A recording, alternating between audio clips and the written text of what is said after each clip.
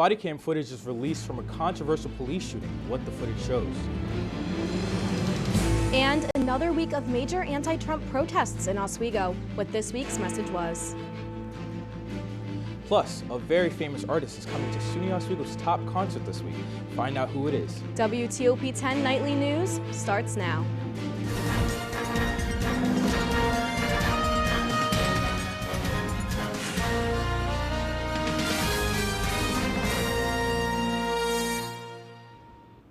Good evening and thank you for joining us. I'm Nasir Meikle. And I'm Madeline Cummings. SUNY Oswego's annual Ozfest concert is going to be headlined by hip-hop and rap multi-platinum artist Polo G. Polo G has had a multi-Billboard Top 10 album and is known for songs such as Rap Star, Martin and Gina, Pop Out, and more. The long-awaited artist announcement comes just 1 week from the May 9th show, in which Polo G will be joined by and be-starred Mariah the Scientist, an artist from SUNY Oswego's Digital Music Association. It's another major artist for Ozfest who has previously had performers such as Offset last year, Party Next Door, Gunna, and more. Ozfest is a full day's event on the last day of classes this Friday. It begins with activities in the Mary Walker parking lot at noon, followed by a picnic at 4 p.m., and finally the concert at 8 p.m. SUNY Oswego's 22nd annual Acorn Gaming Convention concluded earlier today. The multi-day convention featured hundreds of attendees and a plethora of games, challenges, presentations, and more. The event ran from Friday evening to the afternoon with student-run activities available all around Marano Campus Center. Attendees from campus and from the city paid between $8 and $15 for the event that also featured 2 midnight live team games and all-day weekend movie screenings. SUNY Oswego's student-run radio station, WNYO, is hosting their annual 24-hour charity radiothon this weekend. The radiothon will support Oswego County Opportunities, which is an organization that supports around 15,000 local residents in need through various activities and programs. The event will run from 5 p.m. to 5 p.m. from Friday to Saturday, and students can still sign up for their own time slots by contacting WNYO.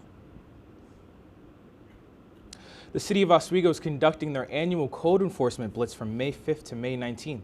Law enforcement will venture around Oswego to ensure that no one is leaving excess garbage or debris from their houses. The blitz comes during the time in which students will be leaving campus for summer break. If violations are found, those violations will be asked to remove their items, and if they fail to comply, they will be hit with various fines and penalties.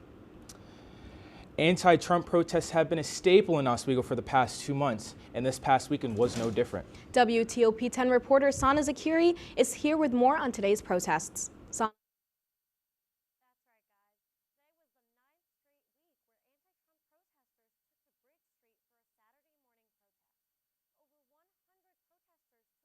To call for the protection of the rule of the law and Constitution. By 10 a.m. Some stood silently while others used. The group Oswego Indivisible has been organizing these rallies. Protests like these have been taking place nationwide. The slight rain did not slow down protesters such as Gay Williams, who has lived in Oswego for over 50 years and held a sign reading, quote, "Protect our Constitution and our rule of law." She was one of many longtime Oswego residents who have been showing up consistently, and the group is showing no signs of slowing down. We apologize for those technical difficulties. In other news, the Trump administration is cutting roughly $350,000 out of Oswego County's budget because of cuts to AmeriCorps. AmeriCorps is a 30-year-old federal volunteer service agency that focuses on helping people in need. The announcement came from U.S. Senator Minority Leader Chuck Schumer, who detailed how the cuts have impacted more than 3,600 community service members and slashed over $26 million in federal funding for local community projects. We're in a bit of a rainy stretch up here in Oswego as we start May. How are things looking right now, Madeline? Well, let's have a live look outside at the weather with Storm Team 10 meteorologist Ryan Murphy. Ryan?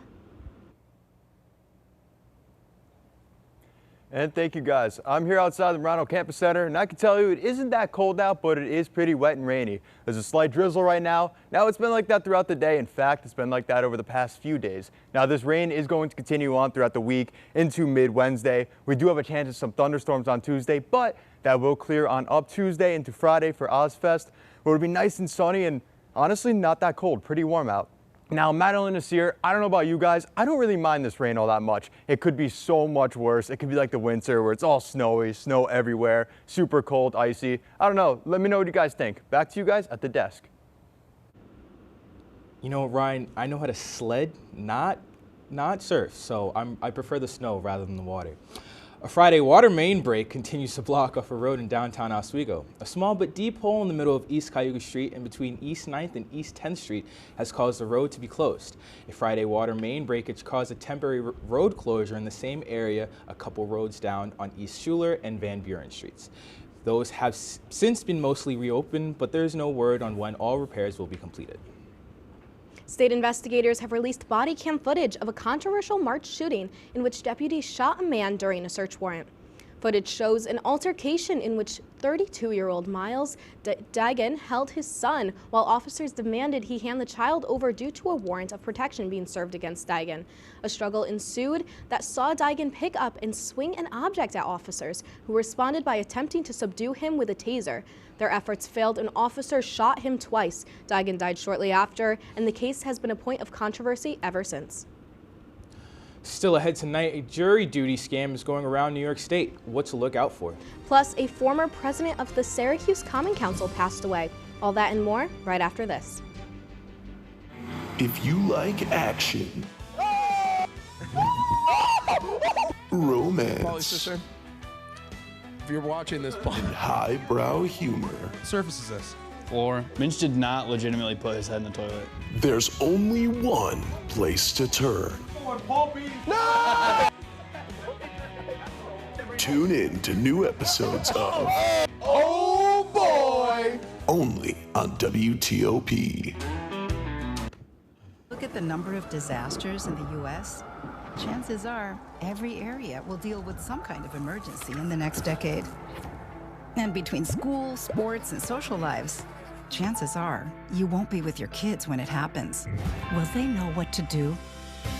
Ready.gov/kids has the educational tools and information to make the conversation easy.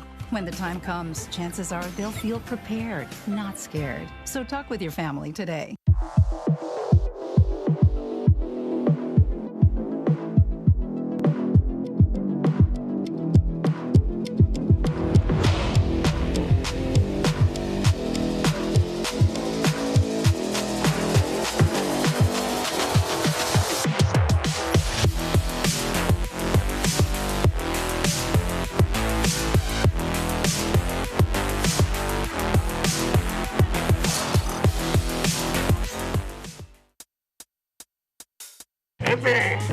I had to eat a raw egg on Chris's dormitory floor.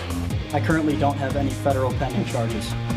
You know what you never did? You never walked to Walmart, Chris. That's my co-host. This is for making me eat roast Pop-Tarts. It's showtime, Chris. Come on. I want to be on the air for that. I got a couple things to say. No. Spin the wheel. Oh, you got censorship. Welcome back. Welcome back. Welcome back to...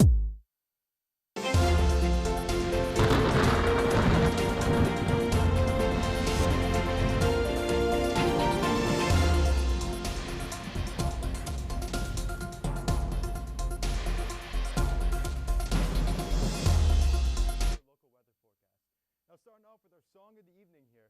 Now, I don't know about you guys, where I come from, rain is a good thing. We have a lot of cornfields where I'm from. Now, if you're wondering why I got this up here, we're getting a whole lot of rain this week. I'll get to that in just a bit with my full Futurecast. Now, looking at our live satellite radar here, you can see there is some rain over our area right now, a whole lot of clouds. It really isn't that nice out. If you're going outside, I highly suggest you grab yourself an umbrella.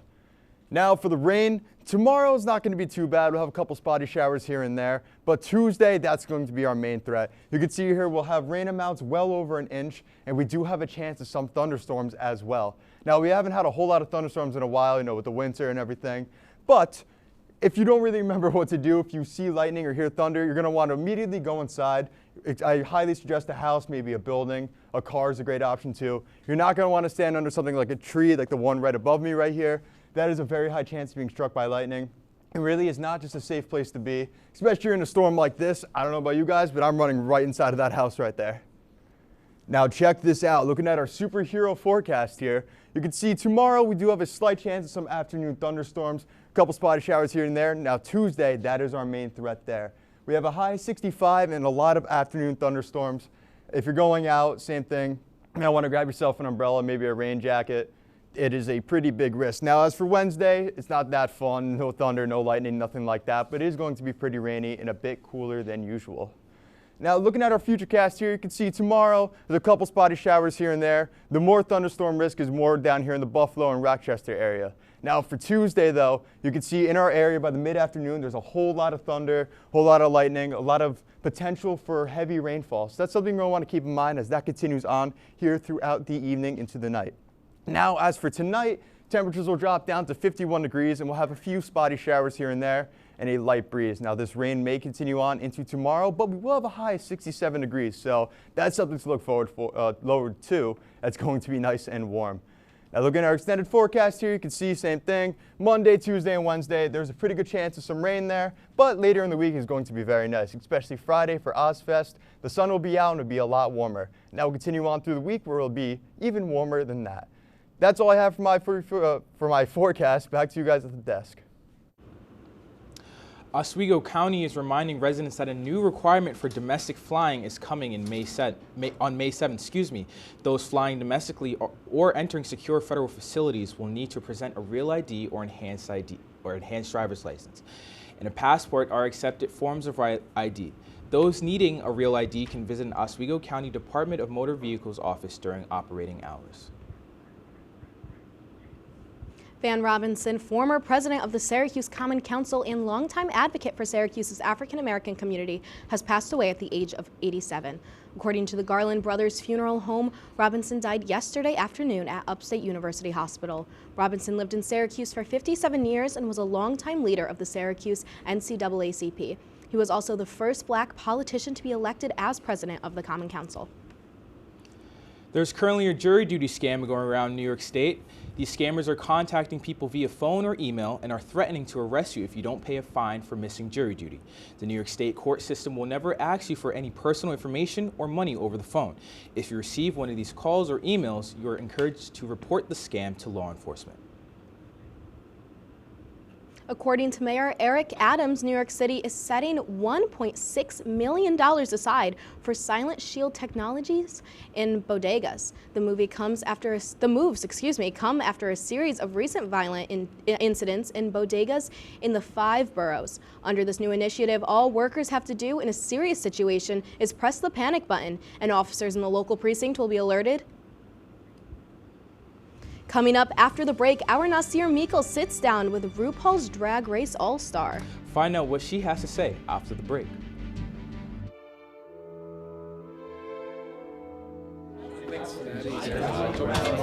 Get rid of all the questions.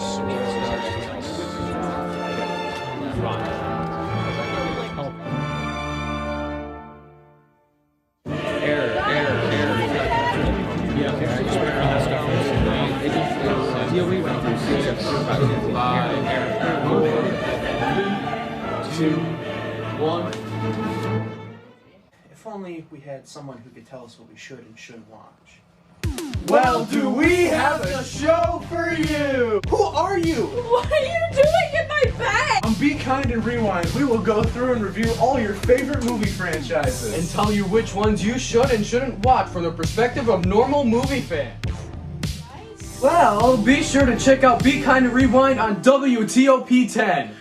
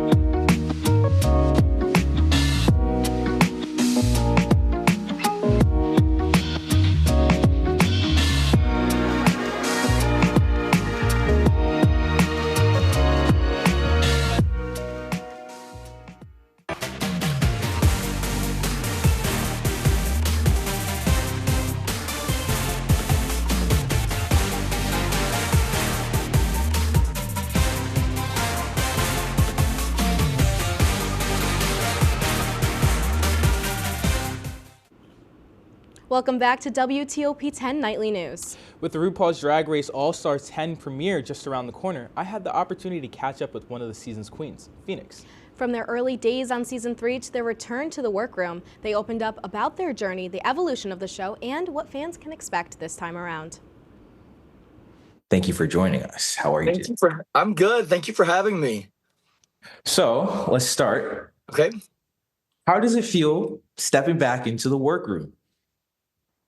Insane. Literally, it is like, I mean, I feel like I'm kind of doing Drag Race all over again. You know, it is a very, I mean, I was like 29 when I filmed that.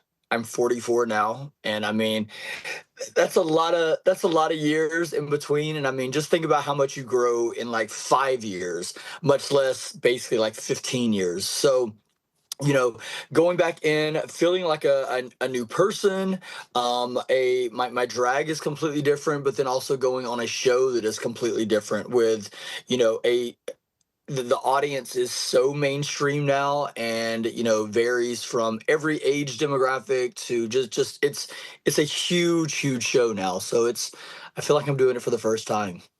Really? Now, understanding that it's completely different, how did you step back in with a different show, different community, different world? I mean, really, you just throw yourself in there and hope it goes. So, I mean, you know, I really tried to, you know, before, I think when I was prepping for Drag Race, you didn't really know a whole lot about it. I mean, let's be real, season 3 is as mainstream as it is now. So you just kind of, you somewhat prepared, but you just kind of threw some shit in the bag and was like, all right, here we go.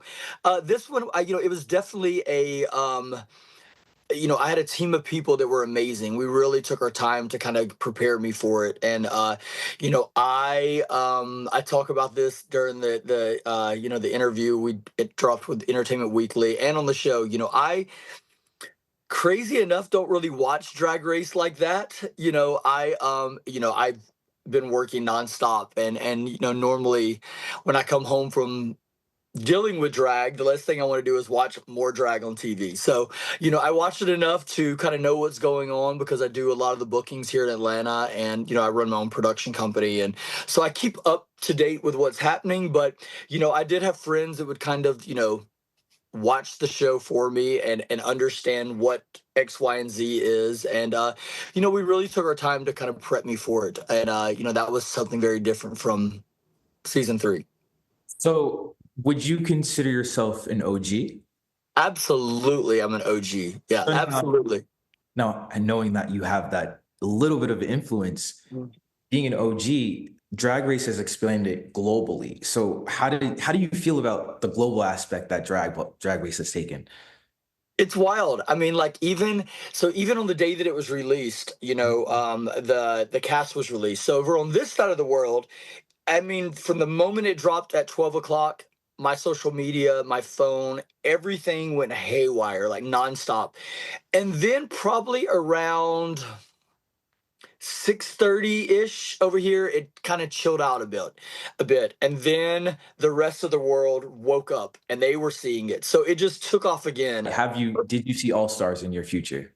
So it was one of those things, you know, I think you always get asked, like, oh my God, would you ever do All Stars? Oh my God, why haven't they called you for All Stars? And for me, like, for a long time, I honestly, truly had no desire to do All Stars. And it was because I didn't want to deal with the fandom that came along with it and all the extra that came along with it. I had watched friends of mine just get beat up, and I just don't have the energy for that. Where I'm at in my life, I just do not have the energy for that. And, you know, I think after my sister, you know, when I was having this like reevaluation of my life and of who I am, I started thinking, I'm like, I want more. That being said, what's next for Phoenix? All Stars airs next Friday, May 9th. So I have that. You know, I just signed with a new talent agency, Warner Talent, and you know, we're going to be traveling a lot. I have merch coming out. I have a single dropping. I do a lot of like big circuit parties, which is like big dance events, and so I have like a circuit track coming out with one of my favorite DJs, House of Labs. So It drops soon. Yeah, I've got all you know, I'm going to take this and run with it and make the most of my time. You know, I have given myself to Atlanta for God, almost 2 decades. And, you know, I have a production company, so I throw my own events, you know, all over the city, all over the South. I work with Atlanta Pride, South Carolina Pride. So, you know, I'm always in it somewhere, whether it's on stage or off stage. So I'm excited for this next step with All Stars because I think it's going to allow me to change some things up a little bit, not be so focused on Atlanta and Atlanta based. And, you know, I always love my city, but it's going to be nice to kind of branch out a little bit. Well, that sounds great. And I love that you're very focused on the growth aspect of yourself and what's coming up next. But I would like to thank you so much for your time. And we at Oswego Now are going to be rooting you on and wish you good luck. So that was wonderful, Nasir. How was your chat with Phoenix? It was a really good conversation because we were able to have a conversation before our on-camera portion of the interview, and we got all comfortable. I don't know, we became little friends, I think. That's wonderful. But moving on, talking about nice, comfortable things. It's been a great spring for us this semester in Oswego State. Athletics has been doing great. They have. And Mike, can you give us a quick preview? Absolutely, guys. It's been a historic weekend with 2 teams bringing home the gold for Oswego State. Stick around after the break to find out who.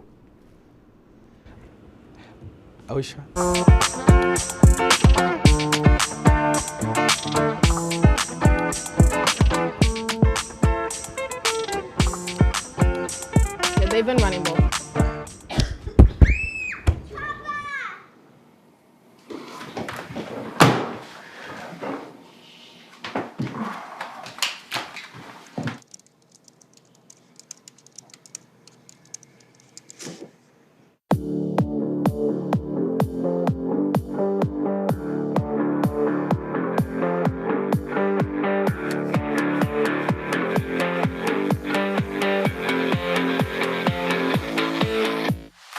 Say, President Stanley, whenever there's bad weather, who would you turn to? I'd turn to Storm Team 10. No, right but you've here. got to say it like this. Storm Team 10. Say it with me. Storm Team 10. What's going on? Yeah, dude, we go on at like 11:30. It's like No. What do you mean no? It's 10:30. 10:30? Yeah, it's 10:30. What do you mean it's 10:30? Hey, don't touch that. That's my ladder. Hey, man. Whoa. You know this book was already discounted 10%? Wow. Get a close up of that one. Matthew, Broadcast news. look at that. Can we go back inside? I want to sleep in the studio again.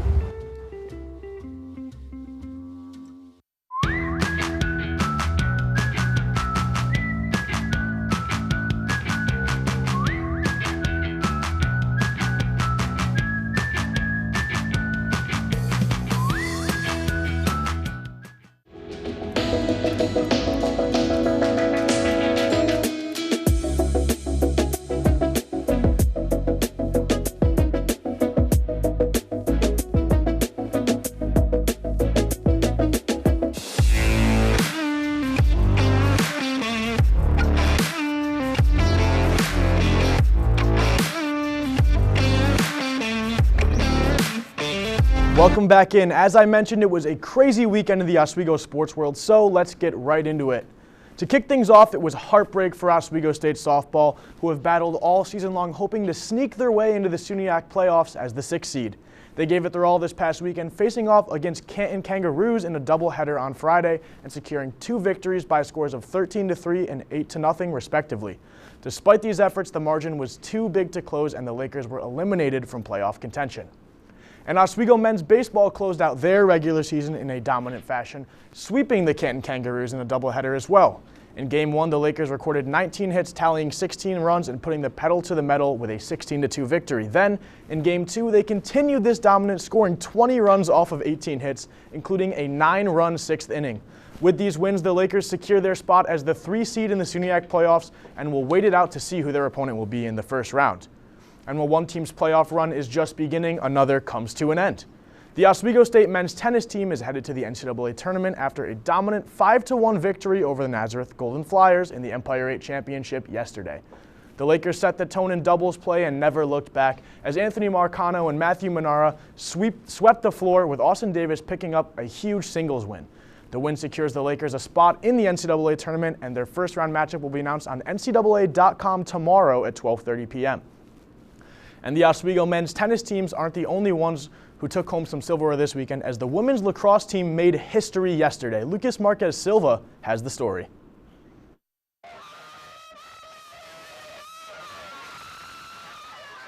Perfection and record-breaking.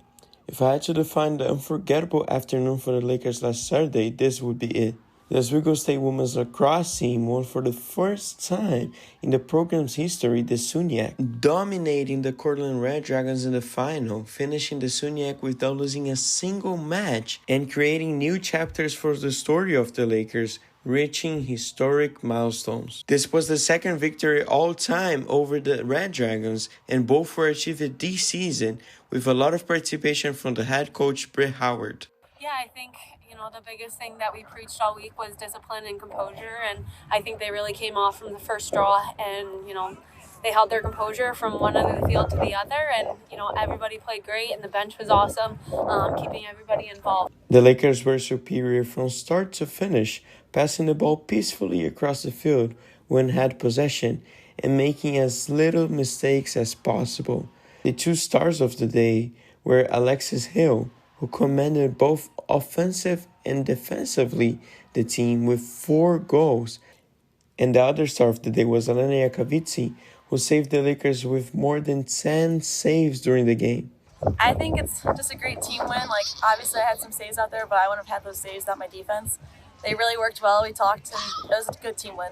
With this victory, the Lakers reached 13 wins in a row and broke Cortland's chance to add the 25th trophy of SUNYAC in its collection. This season, the Lakers also kept an incredible record of 17 games and only 2 defeats. Now the Lakers are waiting for the results of the draw this Monday to find out who their opponent will be at the NCAA. Reporting for WTOP-10, I'm Lucas Marquez. Now back to the desk. Yeah, a historic win indeed for these remarkable women, and I had the chance to sit down with senior captain Julia Quirk earlier today to reflect on everything this program has been through. Take a look. How does it feel to be a part of such a historic championship winning team? It feels amazing. It's everything you hope and dream of, so I think that coming back this 5th year is definitely worth it, especially winning the SUNYACs and being undefeated all season. It's just an unreal feeling, and I think everyone on the team feels the same way. Awesome. Absolutely. And being in such a pivotal role, both as a player as a leader for this team, what does this game mean to you personally? Personally, it just means that all the hard work has paid off. I think leading the team and just making sure everyone's doing the little things like wall ball, making sure to get to the locker room early, all those tiny things, I think is just so important building success like this. And I think that just making history and different points of the season, like Cortland win, undefeated, and now winning SUNYACs, I think is just amazing. Now, Julia, this is the first championship in program history. What do you think has made this year's team different from the past? I think our team chemistry was amazing this season and still is. I think that on and off the field, we're always working together, we're always hanging out. I think that we work together on one end to the field to the next, even on defense, goalie, someone makes a goal, the bench is always cheering. I think everyone just is lifting each other up always. Now, Julia, your season's not over yet. The NCAA selection show is set to take place tomorrow morning. What is your team hoping for going into this NCAA tournament? We're hoping that we just keep showing up and playing all together. I think that a lot of teams come in and say, oh, it's just Oswego. And going into that last game, we were the #1 seed, but a lot of people thought Cortland had it in the bag and that they're going to come back and get revenge from the last time we took it from them, but they didn't, and I think that going into this tournament, I think we can do the same thing. Wow, Mike, that was a great interview. What was it like? Yeah, I mean, Julia did a phenomenal job all season long, and to be able to come in here and talk to her this morning was just phenomenal. Great to catch up with her. I know for one, I've been following the women's lacrosse team the entire year, and it's been really wonderful to watch them succeed. Yeah, absolutely. Yeah, congrats to them. That's our report for tonight. Be sure to stay tuned for our regularly scheduled programming. Thank you for watching. Have a great night, everyone.